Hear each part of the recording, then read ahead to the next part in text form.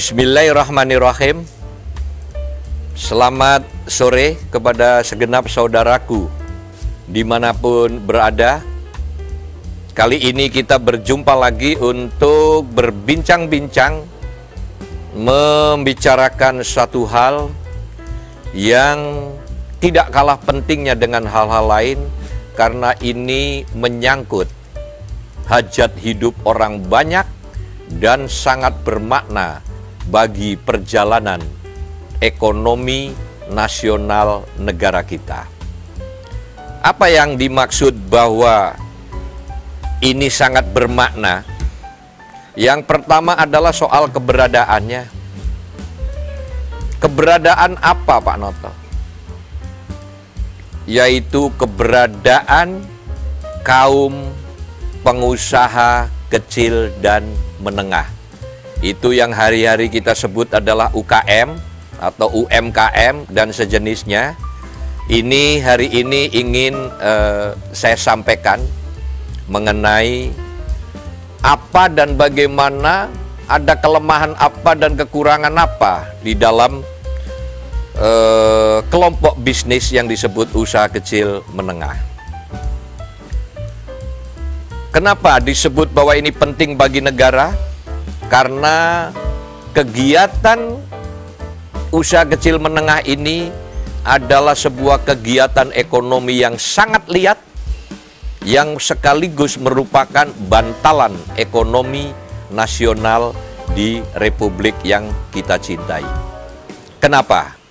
Karena usaha-usaha atau jenis usaha yang dilakukan oleh kaum UKM ini mayoritas adalah jenis usaha yang menyerap tenaga kerja, kemudian kapitalnya juga tidak dibutuhkan begitu banyak, dan kemudian juga bisa dilakukan secara simpel, tidak bertele-tele, dan ini bisa dilakukan tidak dengan ilmu yang perlu tinggi-tinggi, artinya hampir bisa dilakukan oleh setiap anak bangsa asal ada kemauan.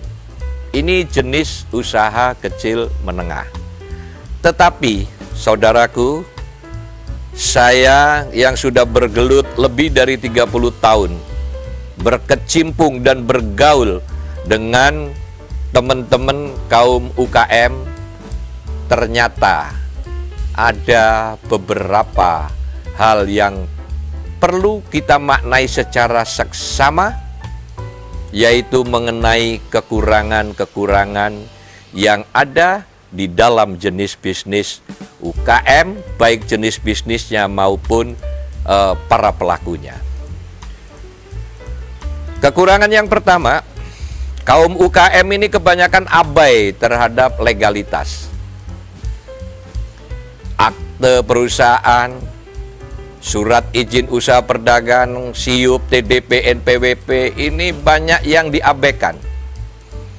Sehingga pernah ada kejadian teman saya, gara-gara abai terhadap legalitas, suatu saat dia harus membayar konsekuensinya sekitar 50 juta rupiah. Kekurangan yang kedua adalah kaum UKM ini sering tidak disiplin. Terutama adalah disiplin mengenai waktu.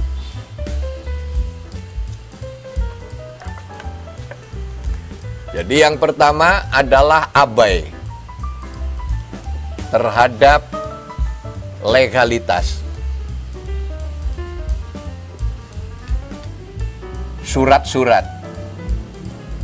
Surat-surat perusahaan.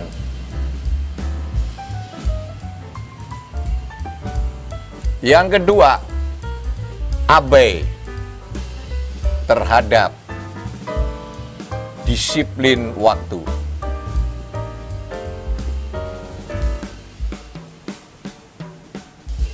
Kalau ditanya, Pak, ini nanti jadinya kapan? Minggu depan tanggal 11, Pak. Ternyata tanggal 11 nggak jadi dengan berbagai alasan yang akhirnya kita juga akan menanggung kerugian dari janji-janji ini yang beruntun.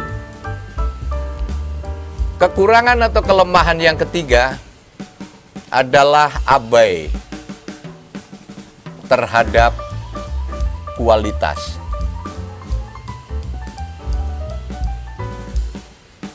Jadi sering membuat barang itu asal jadi, padahal di zaman era modern ini tuntutan dunia terhadap kualitas sebuah produk itu semakin hari semakin meningkat. Kekurangan yang keempat dari saudara kita yang di QM ini adalah malas atau enggan untuk berkembang.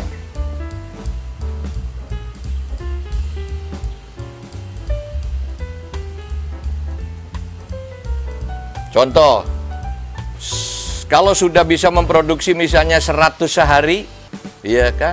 Itu sudah merasakan bahwa itu adalah semuanya udah cukup. Malas untuk menambah sehingga menjadi berkembang ke kondisi yang lebih besar lagi. Kekurangan yang kelima, miskin atau malas informasi.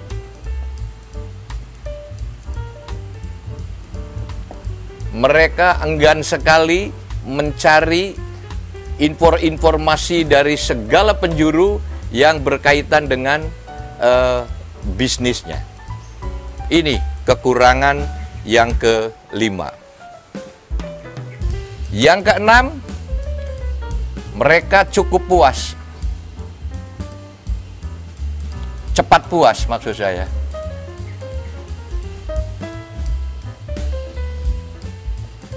Cepat puas. Jadi kalau udah menghasilkan sekian, ya sudahlah, ini sudah sangat memuaskan. Saya tidak perlu lagi menambah hal-hal yang lain. Yang ini ada kaitannya untuk dengan kekurangan yang keempat. Kekurangan yang ketujuh, mereka dalam administrasi atau sebut aja bahasa rakyatnya adalah pembukuan, ya kan? Itu lemah. Pembukuannya lemah.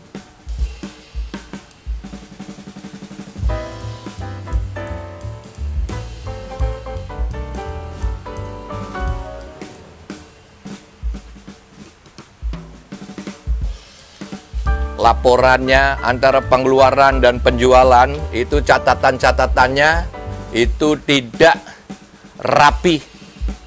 Padahal ini adalah penting. Para pedagang di pasar itu sebetulnya kebiasaannya punya buku catatan keuangan. Di tengahnya itu ada benang, sebelah kiri adalah pengeluaran dan sebelah kanan adalah pemasukan. Itu sebenarnya cukup kalau itu dijalankan secara tertib. Tetapi seringnya ini juga kurang tertib. Kelemahan yang kedelapan dari kaum UKM ini sering melakukan kegiatan-kegiatan dengan cara saingan yang kurang sehat. Kalau tidak bisa disebut tidak sehat. Misalnya, oh Pak Budi jual 100 perak, saya supaya laku kenceng, kita jatuhkan harganya 90 perak. Dan seterusnya, akhirnya sesama UKM mereka sama-sama merasakan kerugian. Ini adalah kekurangan yang ke-8. Kekurangan yang 9, kaum UKM ini sering sekali dituntut atau dijiwai oleh godaan-godaan yang instan.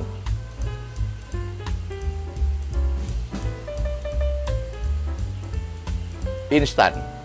Hari ini berusaha, pengen tahun depan langsung jadi orang kaya. Tidak mungkin. Semua bisnis itu butuh proses, butuh perjuangan. Dan yang ke-10, itu adalah mereka dalam memanage keuangannya itu campur aduk dan cenderung boros. Uang perusahaan dipakai untuk keperluan konsumsi keluarga. Uang keluarga dipakai untuk keperluan nambal modal. Wah, aut-autan dan nggak karu-karuan. Jadi yang ke-10 adalah cenderung boros dalam penggunaan uang.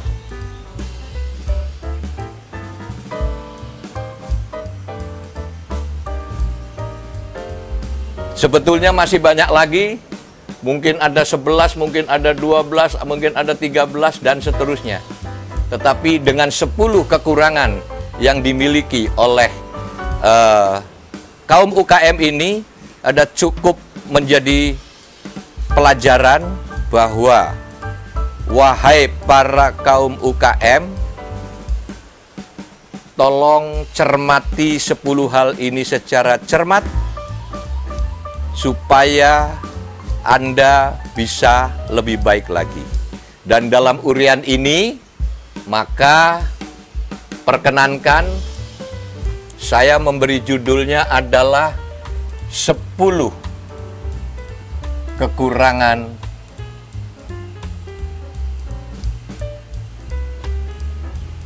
yang ada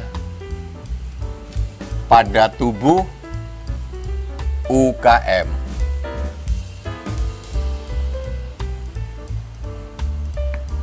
Ini, jadi dalam channel YouTube kami Berbagi Makna ini adalah 10 kekurangan yang ada pada tubuh UKM.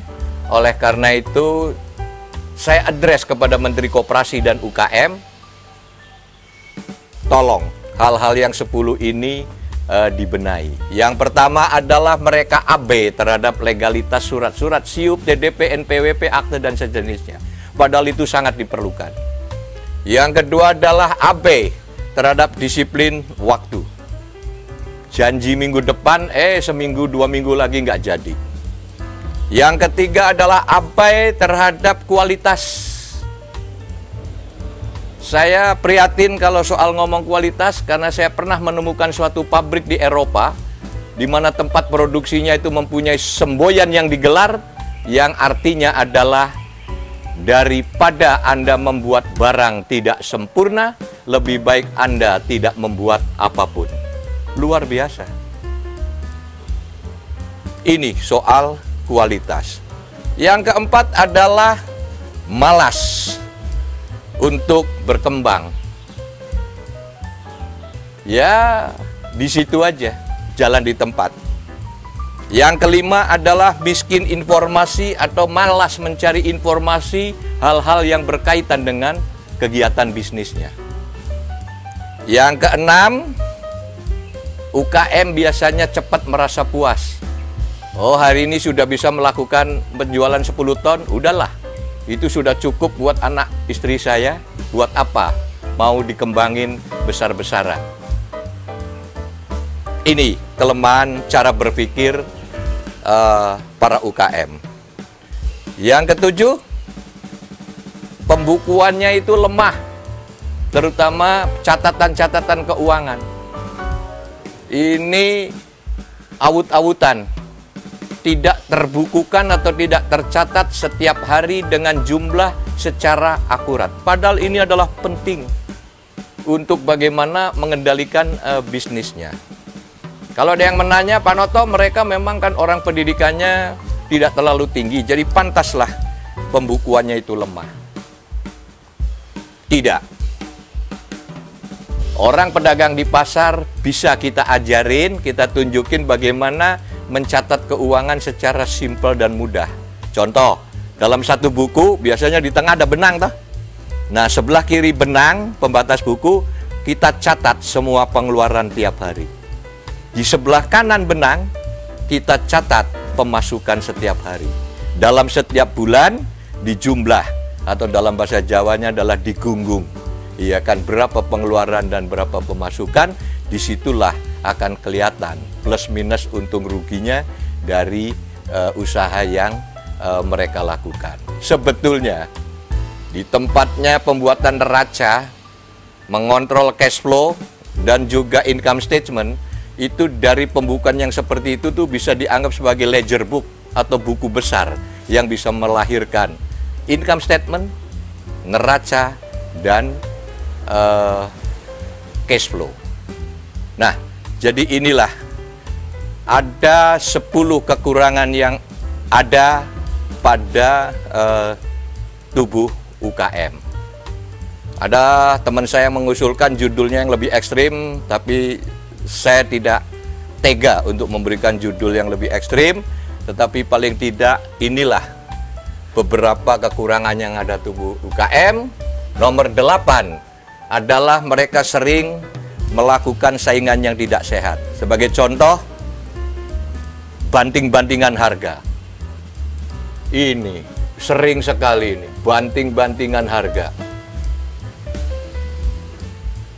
Karena rebutan pembeli. Kekurangan yang ke-9 para UKM adalah pengen cepet kaya, semangatnya instan. Mereka nggak sadar atau belum sadar bahwa untuk menjadi orang sukses dalam bisnis itu perlu proses.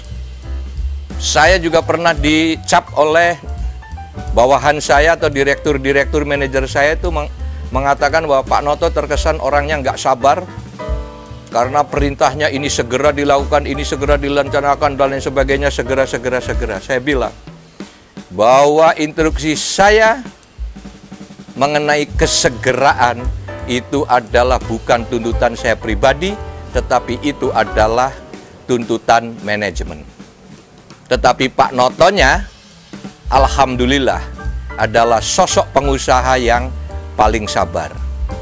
Selain tidak mau memperoleh rezeki-rezeki dari bisnis yang sifatnya makruh apalagi haram, yang kedua, Pak Noto ini paling sabar dalam menanti sesuatu.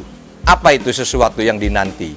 Tibanya zaman keemasan. Ini harus sabar. Dan terbukti alhamdulillah pada tahun tertentu saya memperoleh hal-hal yang sangat menggembirakan dan bermanfaat bagi pertumbuhan selanjutnya bagi usaha kami. Yang ke-10 adalah boros dalam penggunaan uang. Uang modal dipakai untuk beli sepeda motor anaknya. Ada uang modal dipakai untuk nyunatin anaknya. Uang modal dipakai untuk pesta perkawinan anaknya, untuk melamar anaknya yang mau nikah. Jadi inilah saya ulangi, ada 10 minimal kekurangan yang ada pada tubuh UKM. Dan ini dengan segala kerendahan hati saya bisa menyampaikan hal-hal yang sedemikian ini karena saya sendiri adalah pelaku UKM.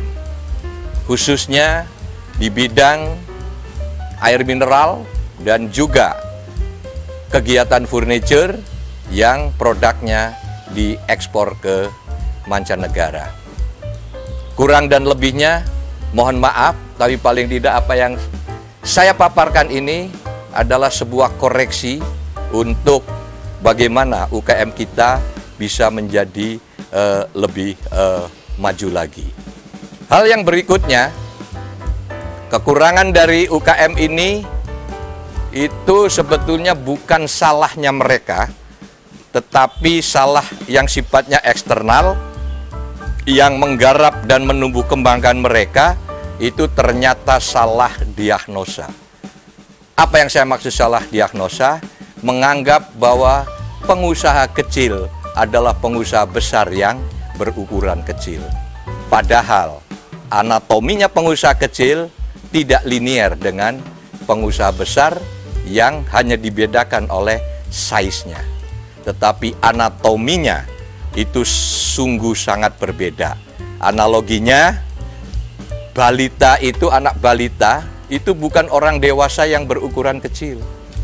Sama, pengusaha kecil juga bukan pengusaha besar yang berukuran kecil. Jadi kebutuhannya berbeda. Dan ternyata setelah saya amati dan saya simpulkan bahwa pengusaha kecil dua yang paling pokok dibutuhkan adalah market garansi atau jaminan pasar, dan yang kedua adalah technical asistensi, tuntunan atau guidance teknis. Sekian, mudah-mudahan pemaparan yang singkat ini bermanfaat. Terima kasih.